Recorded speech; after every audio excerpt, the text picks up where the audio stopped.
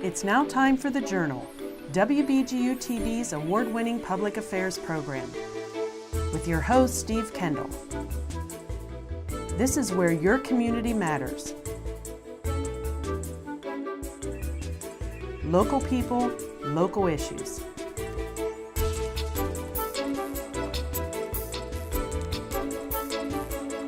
Hello and welcome to The Journal. I'm Steve Kendall. With the issue of immigration in the news, BGSU is holding the 2018 Immigrant Ohio Symposium. The theme of this year's symposium is Living in the Shadows, Undocumented Lives and Labor. Throughout the day, presenters will be providing insight into various aspects of undocumented lives in Ohio, and particularly in our region near Bowling Green. Among those presentations is Lost Dreams, Lost Hopes, Lost Lives, the Immigrant Quilt Project of Tucson, Arizona. And joining us are two folks who are directly involved with that, Jodie Ibsen and Peggy. We want to welcome you both to the Journal. It's a day-long event at the university, but you guys have a particularly visual and very impactful part of this. You've been involved with this quilt project, which basically documents the migrant experience in that Arizona sector that you're talking about. So talk a little about the background of that, how you got into this and why you think it's important to document it this way. Jody, you want to start? Yeah. Sure. Yeah. Thank you for having us. Sure. I've had a lifelong love affair with Mexico just due to the location of where I grew up in the Tucson, Arizona area. And we used to travel all the time as a kid down to Mexico to get flour and sugar and beans. And I come from a large family, and we would go to orthodontist appointments down there. And we would vacation in Mexico down by the Sea of Cortez. And so I just had this inordinate fondness of Latin America and Mexico for a very, very long time. And in 2005, I was on a camping trip with my friend John, and he took us up to the Huachuca Mountains, which borders the U.S.-Mexico border right there in that area. And we were hiking that afternoon, and we came across what we call a layup site or a campsite. And in this campsite was abandoned belongings of migrants. And what they were carrying just really stunned me. And there were baby bottles and diapers and backpacks and clothing and garlic and limes and jeans and various toothbrushes and toothpaste. And at that time, John explained to me that the migrants come here, they spend the night or they stay underneath a tree, they abandon their belongings, and then they get picked up somewhere close to that vicinity and move on to the next leg of their journey, which is usually via car. Okay. And I was literally appalled at the beginning, thinking that people are desecrating this beautiful, pristine desert. And by the end of that weekend, I just was so concerned and compassionate about why would people journey all this way. And so I became very, very curious about it, and I went home and immediately joined some humanitarian aid organizations just so I could learn more about the crisis, what was occurring. Yeah, because this obviously was not an unusual occurrence. You saw one of these, but these are scattered throughout that area as people work their way toward the U.S.-Mexican border. That's right. Yeah, and when you looked at that, I guess, and that was several years ago, and we know that continues to happen. Are those like sort of staging areas where someone else comes along and then uses that same site, or is that just that particular group leaves their stuff there? I mean, is there some kind of process there where people know that these things are around, or is it just sort of basically random the way you find these?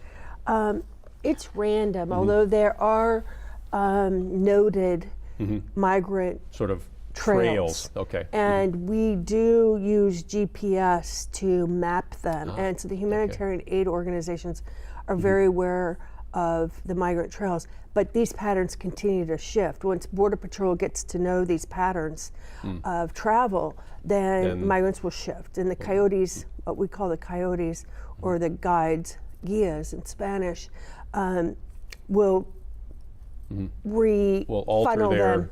That's right, alter their trail pattern.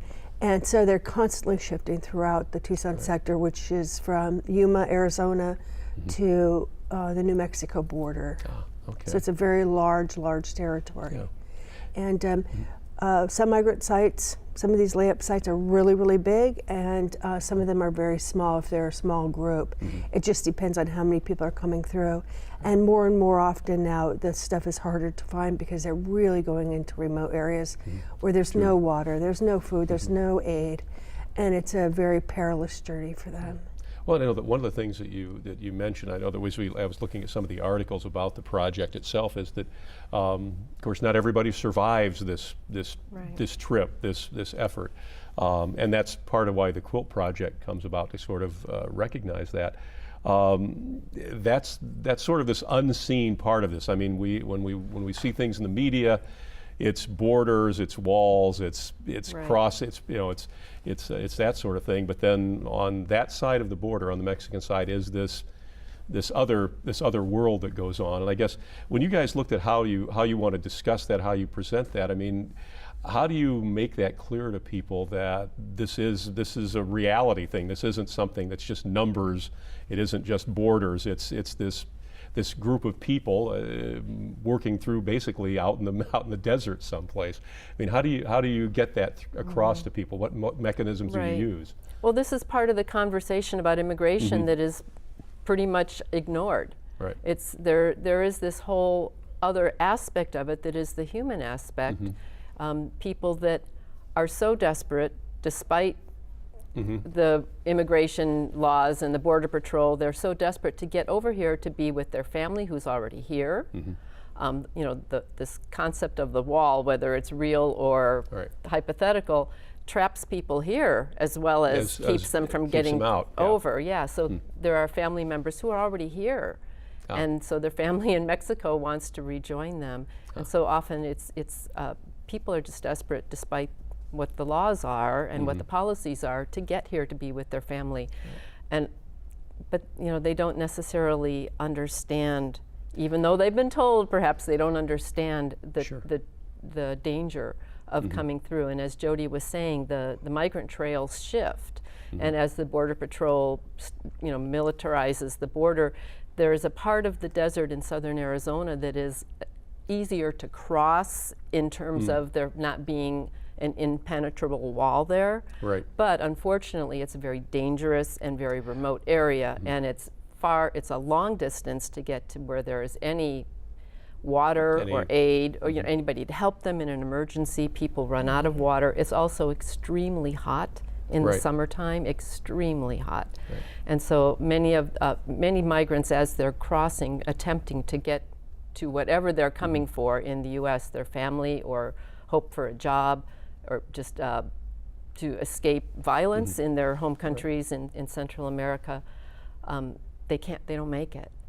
And in fact, we heard a story from the cousin of a man who passed away in 2012 as he was coming to be back with his children in Illinois, and his feet couldn't take it any longer, and he had to stay behind from the group, and he thought he would just be a few days later, but instead within a week they found his body. So this happens over and over and over again. Well, we come back, let's talk a little bit more about that, because it's numbers on a newscast. That's the thing, and as you said, there's a human element that I think we know exists, but we don't want to acknowledge it. I'll be back in just a moment here on the Journal. We're talking about the Immigrant Symposium at BGSU and a very particular part of that. We'll be back in just a moment. Thank you for staying with us here on the Journal. Our guests are Jodie Ibsen and Peggy Hazard, and they're involved in the Migrant Quilt Project out of Tucson, Arizona. But the story is not just about Tucson, it's about everybody who's moving toward the U.S.-Mexican border. You were telling some stories about the human side of this, because they say when we see this in the news, it's about numbers, it's about this, it's about that, it's about number of arrests and things of that nature. But I think as both of you have mentioned, the human drive doesn't see laws, doesn't see walls. It simply says, this is what I need to do. And talk a little bit more about some of the experiences of people that have led to this, the Quilt Project itself, and why that's so important. Yeah, so I began working in humanitarian aid organizations in 2005 with various 3 organizations in the Tucson area that basically help migrants in distress. We provide food, water, medical care on these trails, and we aid them in that way. And the Ninth Circuit Court said that humanitarian aid is not a crime, and so we don't transport or anything. But after doing that for a couple of years, I was still so curious about why people were coming, the root causes of migration. And I started collecting newspaper articles from the paper about women who had lost their lives, because from 2005 to 2010, we were seeing a lot more women cross in the Tucson sector. And I think that is pretty accurate across the border because of family reunification. And I decided to cut these articles out and take a trip to Central America, Mexico, and interview these families who had lost somebody in the desert. And I took my friend Jay Young with me, who fluent Spanish speaker, and it helped. He was 6'4" also, so I felt really safe. And we basically backpacked through these small little villages, interviewing these families who had lost a loved one. And we started in El Salvador, went through Honduras and Guatemala, and all through the veins of Mexico up to Zacatecas. And what I discovered on this journey was that so many people were leaving their home countries simply because they could not find a job anymore. And that was due in large part to NAFTA and CAFTA, the North American Free Trade Agreement. We were dumping and exporting quite a bit of agricultural products into Mexico. Rice, corn, beans, and those were some of the very largest commodities that they would grow agriculturally. And what we found was that they could no longer sustain these peasant farmers in these rural communities anymore, because in the marketplace there was a lot, there was basically a surplus. They couldn't compete in there because there was an oversupply, and therefore the historical industry, which was agriculture, was no longer viable because of that. And that's this part of NAFTA and CAFTA that no one really knows about. That's right. That we export, and that's a good thing for us. But the impact, as we know, there's pluses and minuses of all of those agreements, but that's one that a lot of people wouldn't think about, how it impacts countries like that. And what I found was in these very small villages, very malnourished children. The water supply is very dirty. They have parasites. These people sleep in mud huts with what we call palapas, or like palm trees for the roof. There's a lot of illness. And these people were leaving out of desperation. And they were coming to a country that I believe is unequivocally responsible for dismantling the small-scale urban, rural farming, peasant farmers that existed for centuries prior to that. And then that's something we are not aware of. I mean, we think, oh, this is a great thing. We're providing jobs down there. We're doing all of this. And the reality is that we've put them out of business, their traditional way of life, because of that. And that's an unknown factor for us. So. In 2007, I visited Chiapas, and I had an opportunity to go up into the small settlements in the hills in Chiapas, and it was the people that lived in those communities were primarily women and children. The men, the men were somewhere else trying to make a living to support their families. Right. Now, when you talk about, and I know that you're going to be doing multiple presentations as part of this event at the university, how does the Quilt Project start to come about based on these experiences? What does that become like? Oh, wait a minute, here's how we can get people's attention with this and bring awareness through that. Yeah. When I returned from that trip, I was really emotionally spent. I could not unsee the things that I saw in these small villages and the way and the conditions that people were living. And I just felt really powerless. And while hiking on a migrant trail one day, trying to assist people in the desert, and basically it's just to prevent them from dying. I decided that I could use some of that clothing and create quilts out of the materials and honor the lost lives in the Tucson sector, which is where the majority of the people do die because they succumb to because just the environment, the desert, and the conditions are so, so difficult. Yeah. So it was out there while I was hiking and picking up some of these items that I thought maybe we could reuse these items. And it's, the AIDS Project did it, the Names Project. And, it was a way to humanize the migration and humanize the people who are coming across for a better way of life. And trust me, they're not coming across to as terrorists or to well, and that's the I think the thing that plays well or makes news is the sort of these sort of broad brushed sort of approaches to things and the generalizing of what the population is or isn't that we look at there. And as you said, it's basically people trying to survive. And the instances we've had, and again, for whatever reason, unintended consequences have created an issue, made it more difficult for them to live where they live. So obviously, as over time, that's what people do. We'll only get just a little time. We'll come back in just a moment. Let's talk about some of the things you're going to talk about at the university, and specifically, we can take a look at. I know you brought one of the quilts along. We can take a look at that and see exactly, so people can visualize this and be aware of what they can see when they go to the event, which runs through December 7th here at the university. We'll be back in just a moment here on the Journal. Thank you for staying with us here on the Journal. Our guests are Jodie Ibsen and Peggy Hazard, and we're talking about lost dreams, lost hopes, lost loves, lost lives. It's the Migrant Quilt Project of Tucson, Arizona, and we've talked about the background, the people that are involved in this in terms of the actual migrants themselves. And you mentioned about the things you found in the desert and the materials and that sort of thing. What are some of the materials that you use then to produce these quilts that people will see in this quilt display, which is at the university through December 7th? So talk a little about that whole concept, because that's kind of a different approach to things, utilizing those particular materials.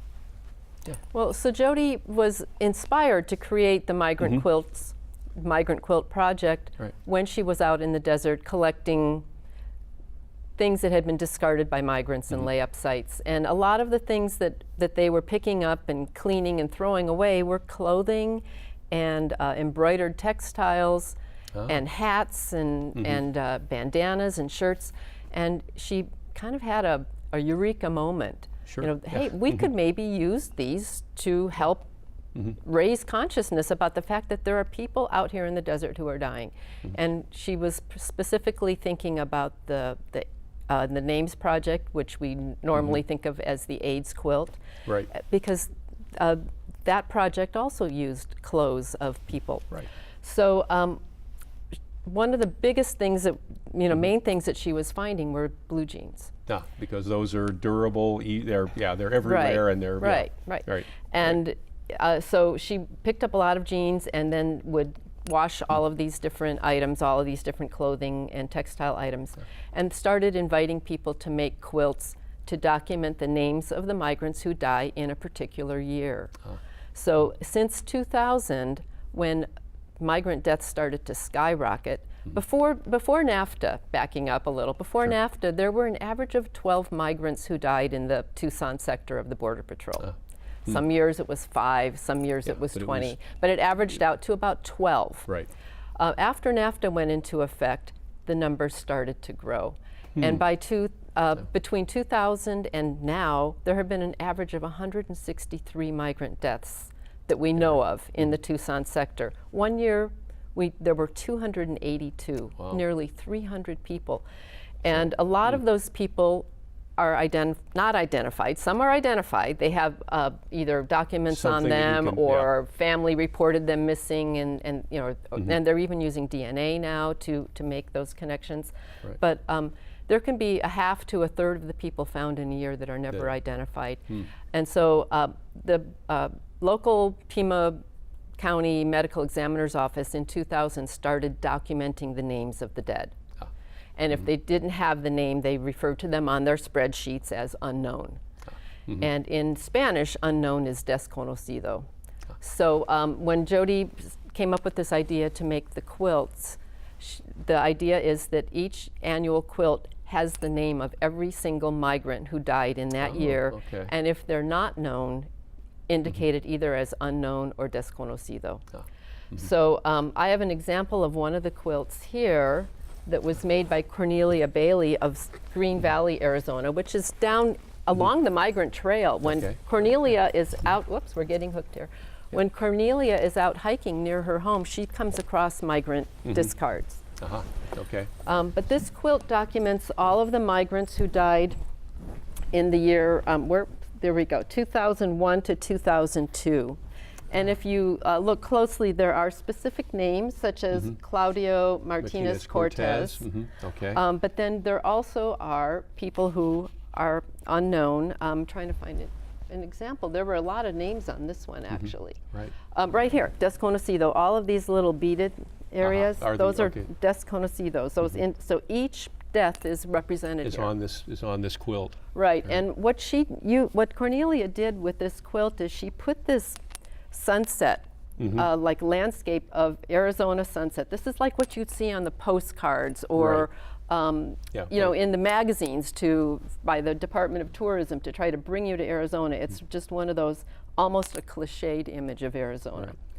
And it's a beautiful image, right? But she used that as a setting really for death. This isn't a happy image.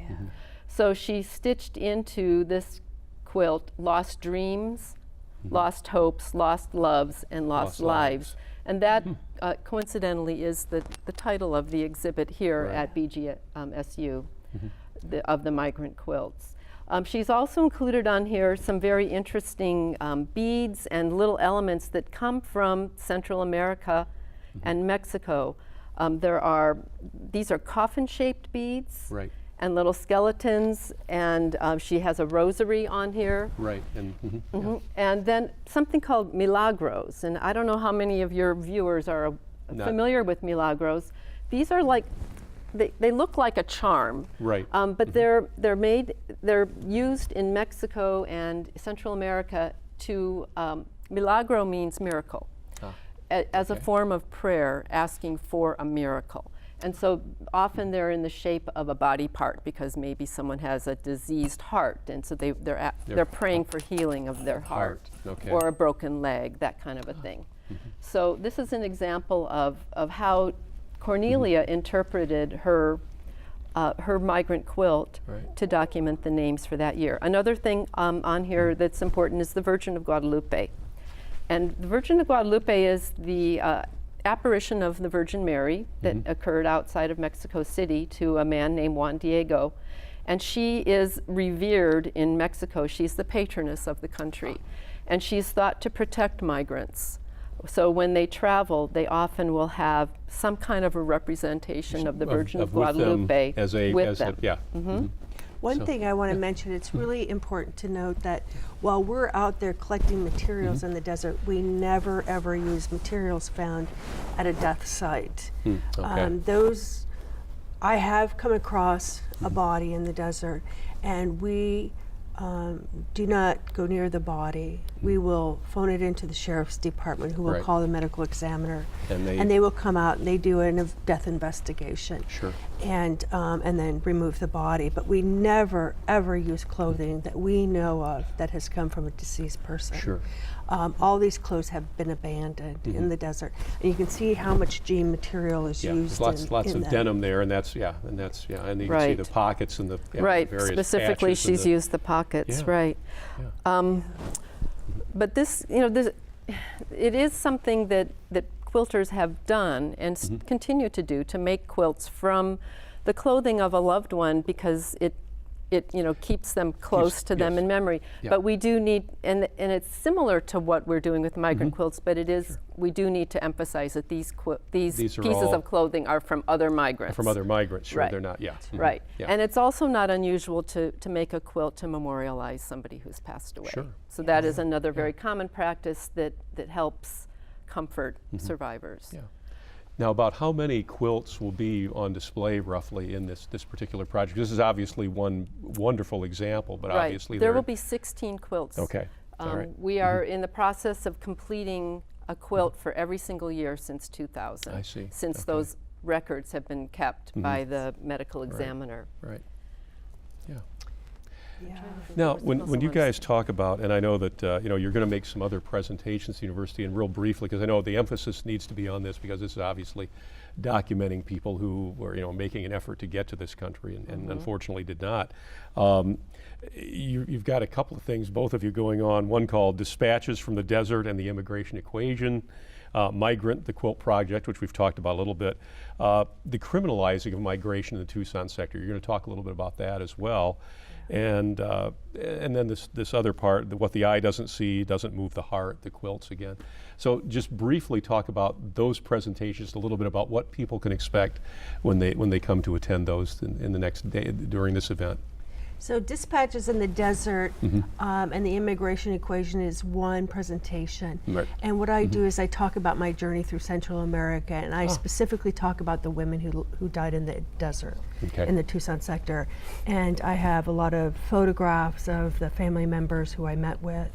And I interweave this presentation with storytelling and also U.S. policy that's complicit in contributing to this that's situation. Right. That's right. Right. So, And I think that aspect, if we don't ever address the root causes of migration, we're never going to solve Sure. it. Yeah, where we deal with a symptom to some right. degree, as opposed to why it's happening. That's right. Sure. And then the next presentation tomorrow will cover the militarization and criminalization of migrants in the Tucson sector.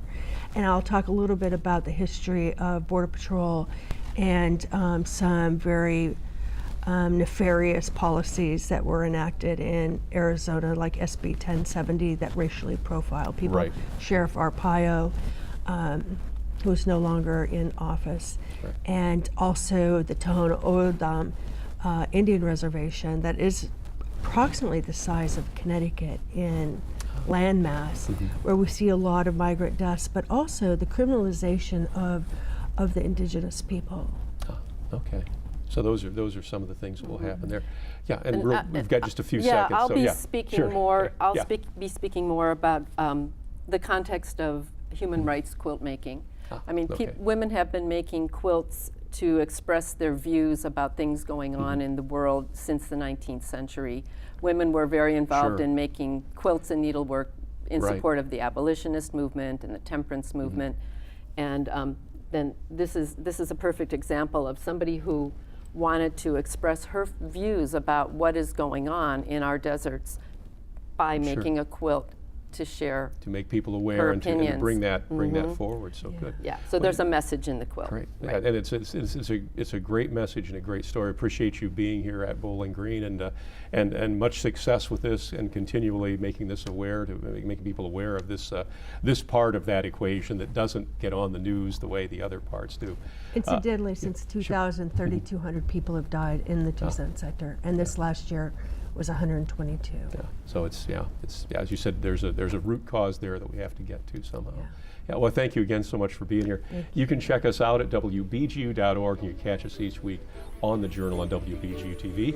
We'll see you again next time.